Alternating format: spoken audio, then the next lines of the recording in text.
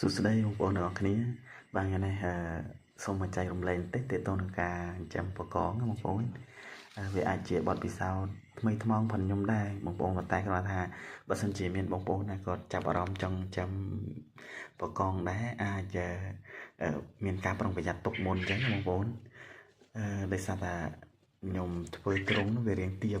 ហើយការដែលយើងបត់ជ្រុងទ្រុងនេះវាអត់បានល្អអញ្ចឹងទៅធ្វើឲ្យបកងនេះវាអាចឡើងរួចហ្នឹងហើយខ្ញុំទិញមកដូចជា10គូតែឥឡូវនៅសល់តែ4គូទេដោយសារវាឡើងរួចថ្ងៃណានឹងឃើញនៅមុខផ្ទះទៅថ្ងៃណានឹងឃើញនៅក្រៅផ្ទះទៅវាចេញពីទ្រុងវាទៅវាចេះតែវាទៅថ្ងៃណានឹងគឺឃើញមានតែសម្បកហ្នឹងហើយអញ្ចឹងទៅក៏បងប្អូនអាចធ្វើរៀងខ្ពស់បន្តិចហើយបត់ជ្រុងវាឲ្យស្មើស្អាត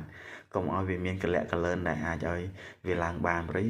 តាគៀបវាហ្នឹងវាគៀបឡើងបានណាបងប្អូនហ្នឹងហើយនឹងជាចំណុចដែលសំខាន់មែនតើហើយនេះខានលៀង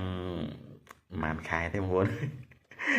អានេះមេ2ហ្នឹងគឺពងតពងបងប្អូនហ្នឹងហើយយើងបំបែកវាចេញហ្នឹងហើយអរគុណច្រើនបងប្អូនថ្ងៃនេះអត់មានអីច្រើនទេមានតែប៉ុណ្្នឹងចែករំលែកអរគុណជម្រាបលាបាយបាយ